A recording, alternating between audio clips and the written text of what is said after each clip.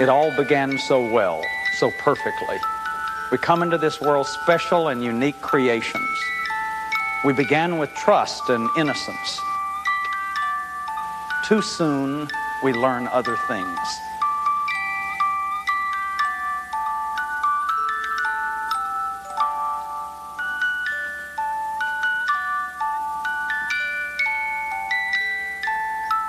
It all starts in our family with our parents' criticism and violent rage, our siblings' jealousy. Then comes the pressure of school, our grades, our peer group.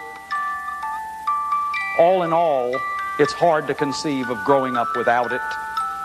Addicts, alcoholics, other compulsive addictive personalities suffer from it more than any other group.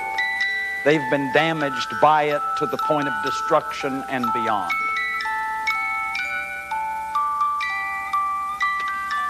A great philosopher once said that we all need a sense of shame, but nobody needs to be ashamed. When we have a sense of shame, we have healthy shame. When we're ashamed, our shame becomes toxic. When our shame is toxic, it pervades our whole personality. We feel flawed and defective as human beings. We feel like we're worthless, we're empty, like there's something wrong with us. Toxic shame is the greatest block to human development of anything that we understand up to now. Toxic shame is the motivator of self-destructive behavior. It's like a life sentence in solitary confinement to never feeling fulfilled, to never feeling whole, to never feeling like you know who you are. And no matter how much that we try to cover it up, or a shame-based person tries to cover it up, there's always that hole, that torment of toxic shame that says, it's not right. You're a mistake. There's something wrong. Now, a lot of times we've confused shame and guilt, and it's real important to understand the difference between these two. That shame and guilt are not the same phenomena. Guilt develops later than shame. Guilt presupposes that there's some kind of an internal structure. Guilt is about transgressing something that I consider to be a value. Shame is pre-verbal. Shame is before we've developed any kind of internal structures. Guilt says, I made a mistake. Shame says, I am a mistake.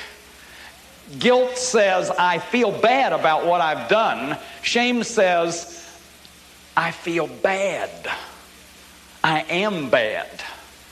Guilt says, I'm wicked. Shame says, I'm worthless. Guilt said, what I did was no good. Shame says, I'm no good. Guilt says, I did something wrong. Shame says, there's something wrong with me. See, so one is about being, shame, and the other is about doing. See, if I made a mistake, there's a way back. But if I am a mistake, there's no way back. So shame, toxic shame, feels hopeless, like there's no way back. Now, I said that there was a healthy sense of shame, and that's important for us to look at. Healthy shame is part of our basic emotional power. Our emotions are energy in motion. That is, we need the fuel, the energy that our emotions give us in order to get our needs met, in order to protect ourselves. Like our anger is our strength. Our anger moves us to fight for our dignity. Our fear moves us to run away from something when it's dangerous. Take your hand out of the fire. Our sadness moves us to tears so that I can finish the past and have my energy available for now.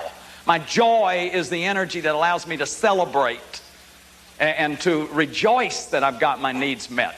My shame is the energy that lets me know that I have limits. It lets me know that I'm limited, like when you blush when you lock your keys in the car, or you go out unzipped, or when you go into a new and strange situation, you feel a little shy. See, that's that healthy shame kind of warning you that there are limits here and be careful. So healthy shame is an important thing to have. Healthy shame lets us know what it is to be human. It gives us permission to be human. When you have healthy shame, you can make a mistake. When you have healthy shame, you know you need help. You're vulnerable. And as Nietzsche said, shame safeguards the spirit. So with healthy shame, we know we're not God. Healthy shame is the source of our spirituality. Healthy shame is our humility. Now what happens? How is it possible that we become ashamed? What is it that happens when that healthy shame turns into the toxic shame?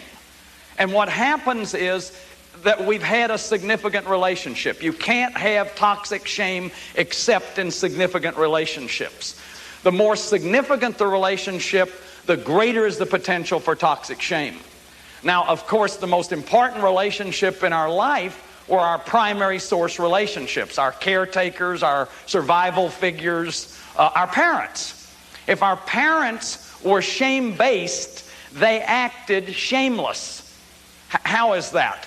They acted shameless because they didn't have their healthy shame to point out their human limits.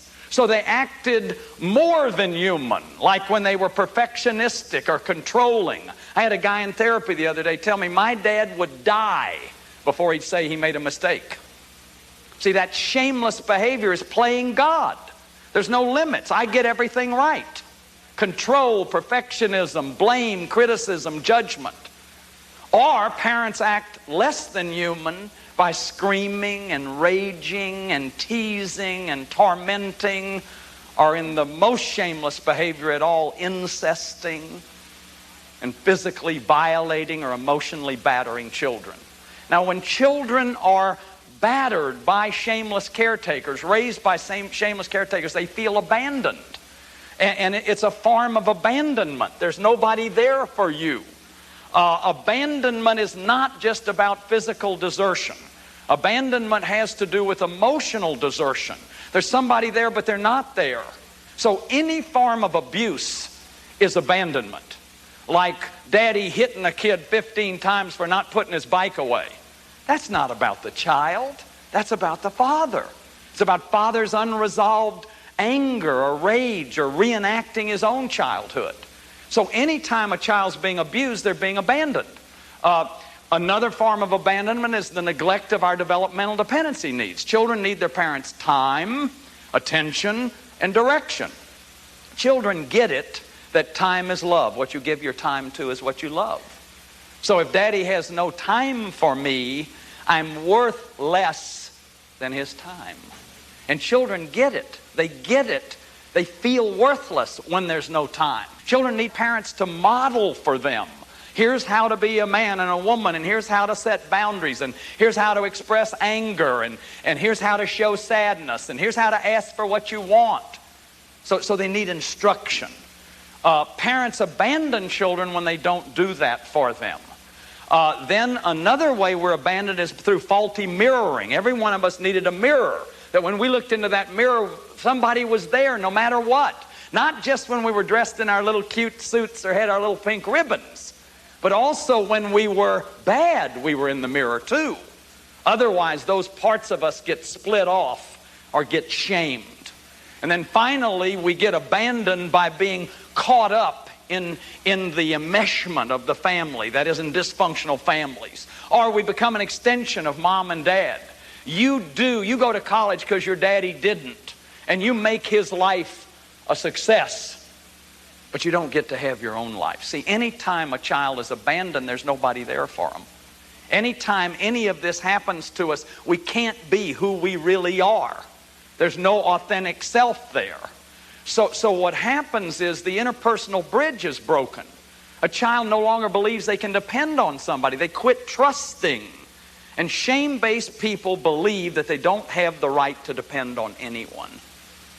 The other thing that happens is when this happens, when this abuse happens, a child will say, well, it must be about me. He couldn't be screaming at me or hitting me or incesting me if I wasn't a bad person. Because children idealize parents. They can't not do it. It's a survival thing. See, I couldn't have called a meeting at 4 years old, packed my little bags and said, Dad, I think you're an alcoholic. Mom, I think you're a raving codependent. I think I'll move down and live with the Fredericks for a while.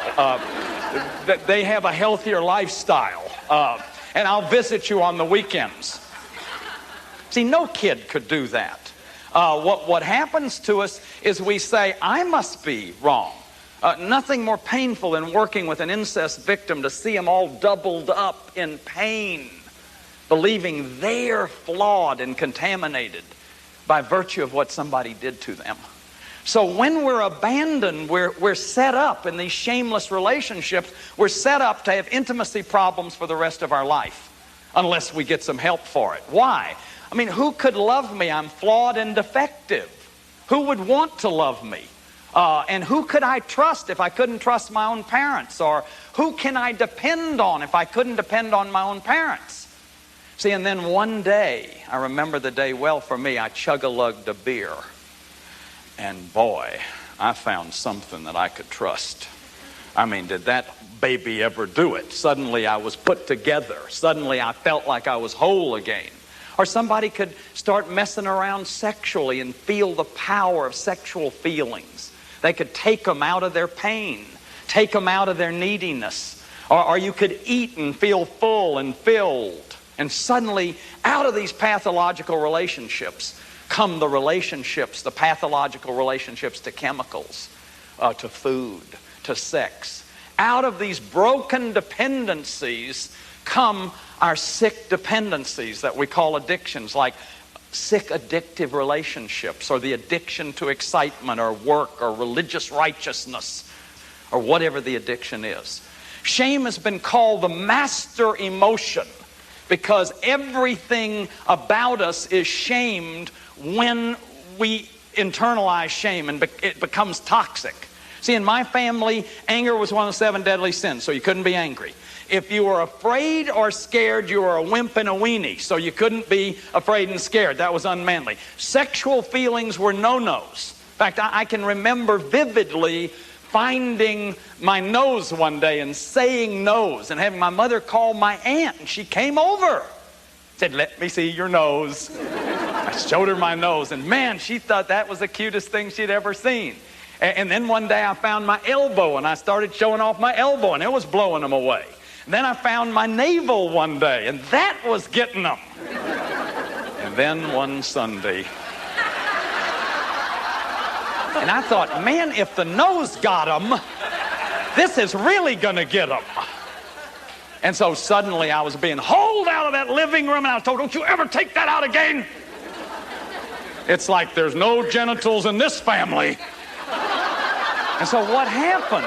You're shamed. Your drives are shamed. All your feelings are shamed. And I'll bet you if you're from a dysfunctional family, if you're from an alcoholic family, an eating disorder family, an incest family, a violent family, a religiously addicted family, a work-addicted family, that when you were the neediest is when you were hurt the worst. So your needs are shamed. So what happens? The master emotion, everything is shame-bounded. I feel a feeling, I feel shame. I feel a need, I feel shame. And so now shame becomes a state of being. Now shame becomes a monster that haunts me. Now shame is internalized. I don't have it, I am it. You know, angry people, they don't have anger, they are angry. Well, the same thing happens with shame.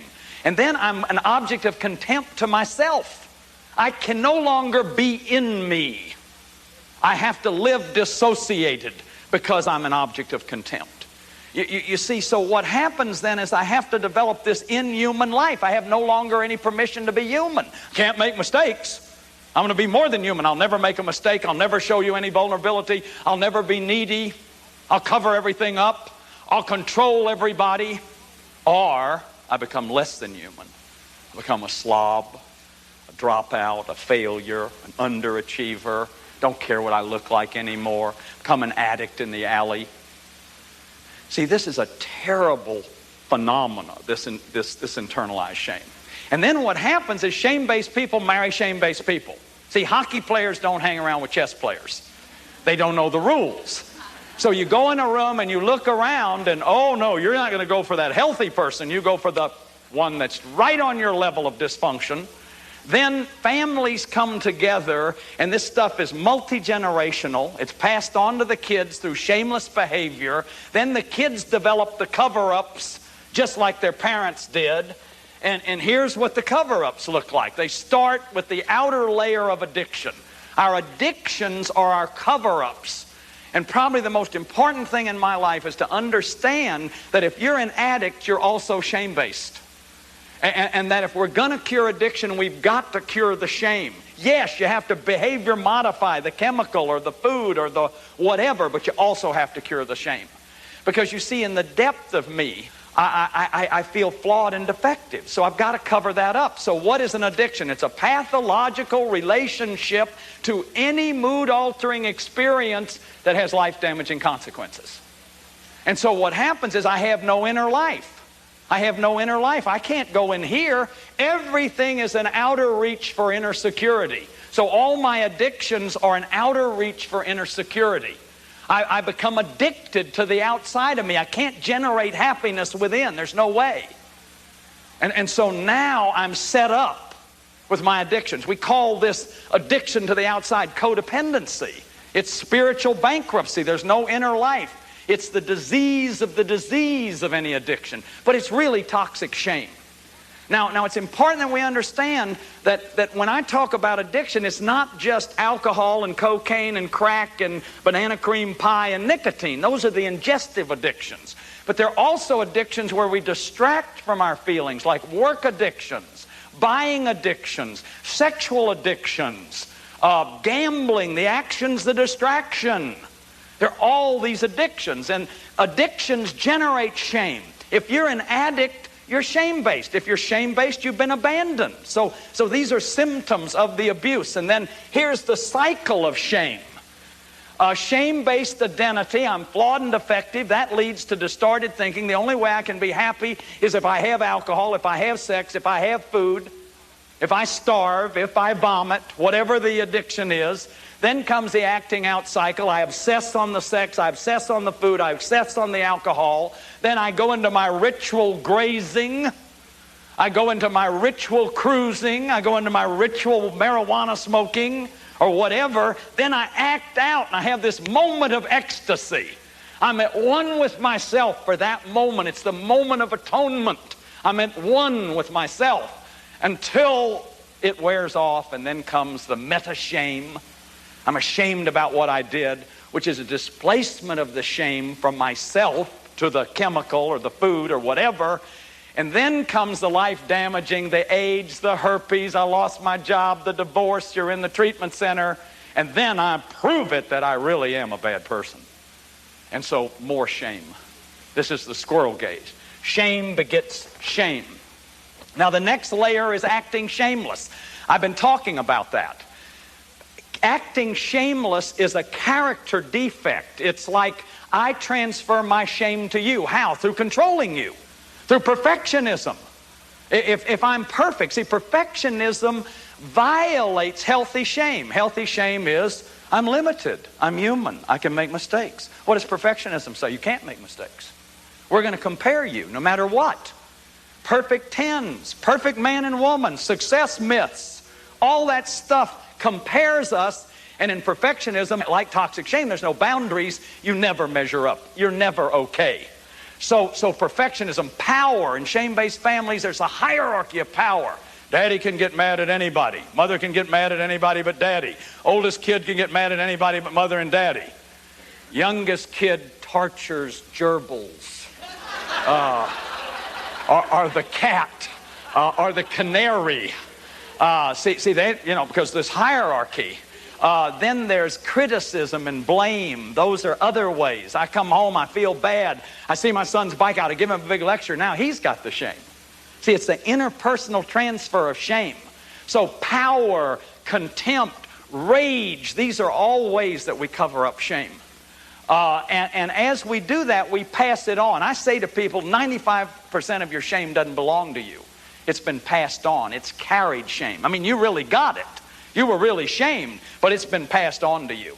Now, the false self is another cover-up. If you come from a dysfunctional family, you're generally in a rigid role. Remember that families are systems Like a mobile, a family's like a mobile. If you touch one part, all the parts are affected. So in an alcoholic family, daddy is an alcoholic. He's hardly ever there. Mother becomes his enabler. One of the kids may act out and be getting in trouble to try to keep the marriage together. He becomes the rebel or the scapegoat. Or one of the kids may be cute and pretty, the pretty one, the cute one, in order to keep the family together. Or one of the kids may be the hero, like I was a hero in my family, straight A student, captain of the baseball team, captain of every class. When I was a senior at St. Thomas, I was one of the sickest kids in the school. But I was the president of the class. I was number 6 academically. Those were all cover-ups. I became a human doing instead of a human being. Everything was about performance. I lived my life guarded lest I ever be unguarded, like there was a hunter following me all the time. I had to guard lest you'd find out. So these roles have to be given up. And the last thing are our ego defenses. Denial, dissociation, idealization, repression. Those are things that develop early in our life. The worse kids are abused, the more they deny it's happening to them. The more they're shamed, the more they deny it's happening to them. Because why? I mean, the more you're shamed, the fewer choices you have. Southern slave owners knew the way to keep your slave is abuse them. They can't leave you. Dissociation, you just go out of your body, you don't remember. Repression, you don't feel the feelings, you numb out.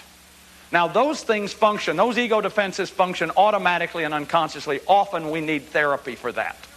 And therapy leads me to the last point, which is that, man, we can heal this shame. Even though it feels hopeless, it isn't hopeless.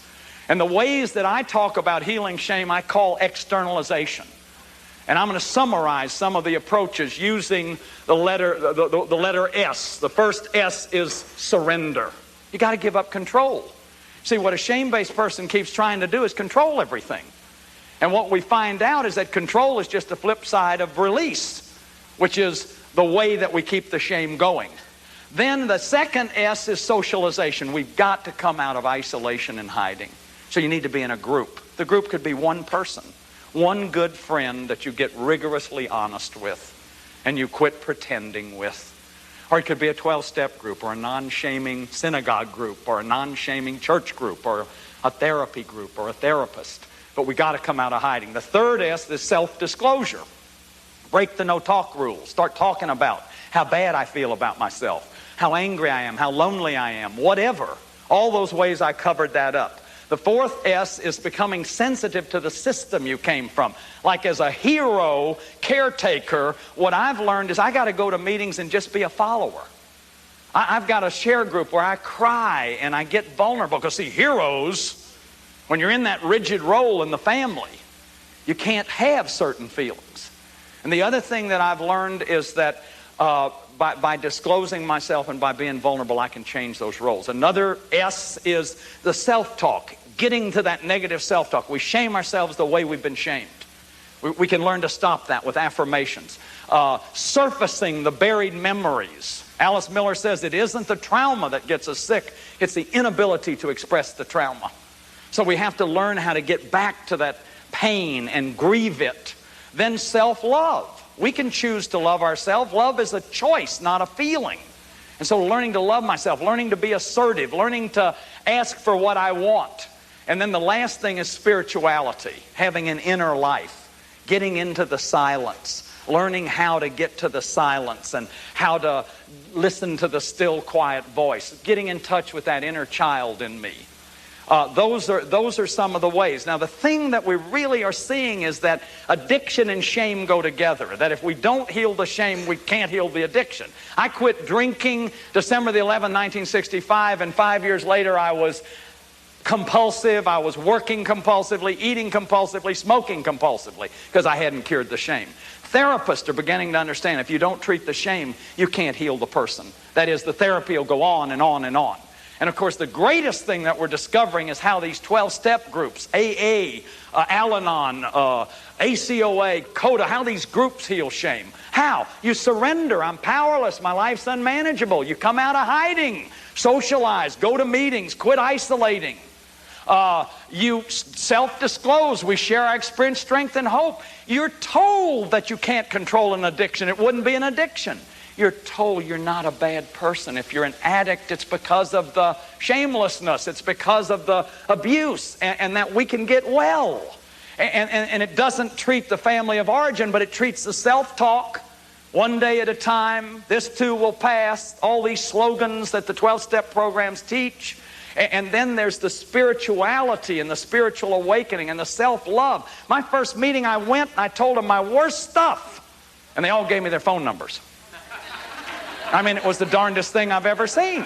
I came out of hiding. I came out of hiding. Scott Peck said once that 12-step programs, when we look at the 20th century, it won't be nuclear fission. We'll remember it'll be Alcoholics Anonymous. Heck of a statement, folks.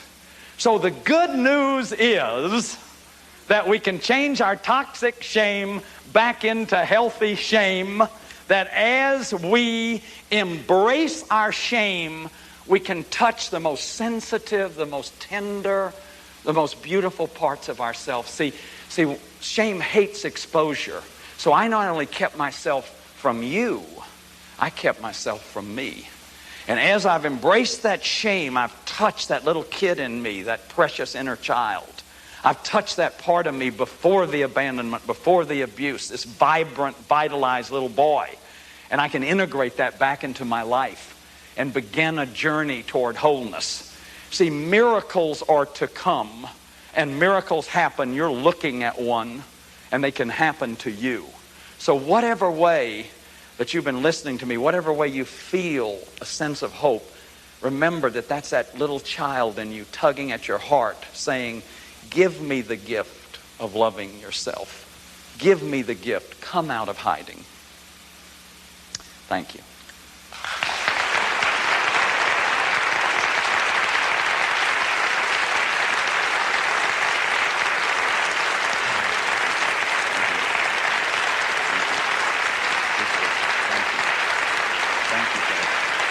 Thank you. Thank you.